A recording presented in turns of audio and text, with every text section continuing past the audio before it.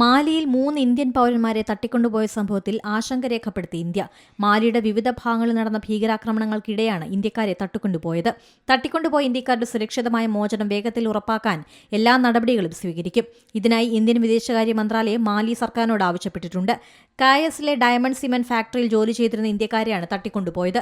July 1 സായുധരായ ഒരു സംഘം factory വളപ്പിൽ ആക്രമണം നടത്തിയാണ് 3 ഇന്ത്യൻ പൗരന്മാരെ ബന്ദികളാക്കിയത്. തട്ടിക്കൊണ്ടുപോകലിന്റെ ഉത്തരവാദിത്വം ആരും ഏറ്റെടുത്തിട്ടില്ല. അൽ-ഖ്വയ്ദയുടെ അനുബന്ധ സംഘടനയായ ജമാഅത്ത് നുസ്രത്ത് അൽ ഇസ്ലാം വൽ മുസ്ലിമീൻ മാലിയിൽ നടന്ന ആക്രമണങ്ങളുടെ ഉത്തരവാദിത്വം ഏറ്റെടുത്തിരുന്നു. ബമാക്കോയിലെ ഇന്ത്യൻ എംബസി ബന്ധപ്പെട്ട അധികൃതരുമായും പോലീസുമായും ഡയമണ്ട് സിമന്റ് ഫാക്ടറി മാനേജ്മെന്റുമായും ആശയവിനിമയം നടത്തുന്നുണ്ട്.